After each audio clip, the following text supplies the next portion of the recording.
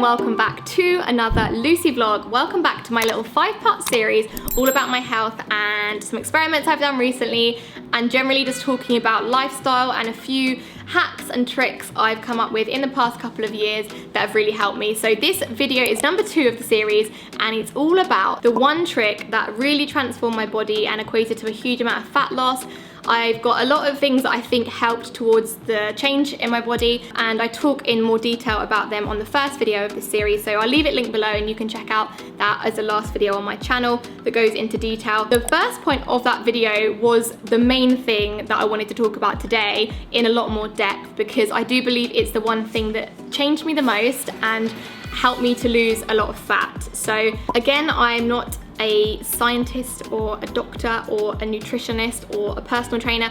I'm purely speaking from my experiences here, and I'd urge you to seek any medical advice or do your own research into any of this stuff before doing it yourself, just to check that it's right for you. But for me, this is really the one thing that I think has totally changed how I look, how I feel, and I just wanted to make a video to share that with you guys. So this one thing is, let's cut to the chase. Let's not make you wait until the end of the video. Let's cut to the chase of what it is. My number one thing is intermittent fasting. IF, it's often called. And it's something that I actually kind of fell into by accident because we were waking up kind of late in lockdown, and it meant I had a late breakfast. And it kind of kick-started me into this thing of eating all my meals within a shorter span of the day. So if anyone doesn't know what intermittent fasting is, it's basically when, I mean, there's a lot of different ways to do it. I think you can do ones where you eat normally for 5 days, and then every 2 days you eat less, or like in a smaller amount of time. There's other ones where you fast, like you can fast for loads of different lengths of time, and there's so many like studies and things that people talk about with it. But for me, I'm doing the kind of daily intermittent fasting where I will eat around 1 or 2 p.m. my breakfast, and I'll finish like 7 p.m. or something, or 8 p.m. So I'm basically eating for 6 hours and I'm fasting for 18 hours. So it sounds kind of crazy and drastic, but really, once I've gotten on with the day a little bit, done a workout, had a shower, got ready, I don't know, edited a vlog or done something, it's kind of breakfast time for me. So it's kind of early afternoon, which is when I have my first meal. You can do it over different time frames. You can do like 4 hours eating, 20 hours not, things like that. Or like 8 hours eating, 16 hours fasting. There's a ton of different ways to do it. You have to just find what's best for you, and I found that the 6-18 is what works for me. So the main thing is that when I say this to people, they're kind of like, whoa, like you only have 1 or 2 meals a day. No, I still eat the same amount of calories and the same amount of meals and food as I would have done throughout the day, but I just squish it into a smaller time frame. So I've got 6 hours to get my breakfast, lunch, dinner and snacks in, and it's very doable. It is really doable. I have generally a lighter breakfast, a bigger lunch, and then a lighter dinner because I don't like to have too much food in my belly when I go to sleep at night. And I also do fasted cardio or some sort of exercise in the mornings. But the key is, don't just stop eating. Again, this is what works for me, but I find that I'm still eating the same amount of calories, because if you do fast and you eat within a small space of time, but you've only eaten like a meal or 2, if you're normally eating 3 meals a day and you only eat 1 or 2, you're going to be lying in bed with like your tummy rumbling, and then the next day you're going to want your breakfast earlier than you should have it in the fasting thing you're doing.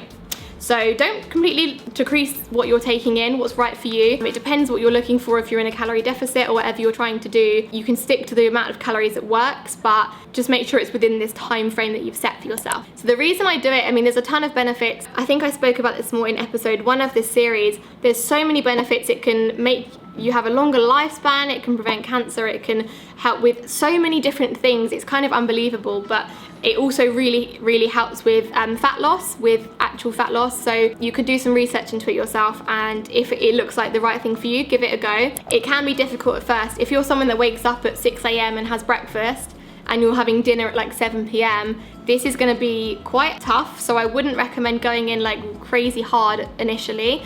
I would recommend the like longer time of eating and just sort of gradually bring it in, maybe an hour a day, until you find the one that's most doable for you. For me, I've always eaten breakfast a bit later maybe than normal, so it was a bit easier. And like I said, with the lockdown, we were staying in bed a lot later, so it was kind of accidentally started for me, I guess, without really meaning to. But of course, it doesn't just mean that you can eat within a smaller space of time and just eat a load of rubbish. You still should be like sticking to the diet that works for you, whether it's, I don't know, keto or just a healthy diet, a raw diet, vegan, or whatever you are. you can stick to that. It's not basically just eat in less time and have McDonald's 3 times a day. It's still eating well, but just narrowing the time that you're eating it in. Something else that has been a struggle for me with it is if someone messages me and we arrange to meet up with a friend at like 9 o'clock for breakfast, I either have breakfast early and kind of break this routine I'm in, which never goes that great because then I find it harder the next day, or I just kind of say, I'll just have a black coffee or a water or something. So obviously it can change your plans, and if you've got a lifestyle where you're out for breakfast very often with friends, you might want to sort of consider how that would work. But for me, the consistency is what makes it the most effective.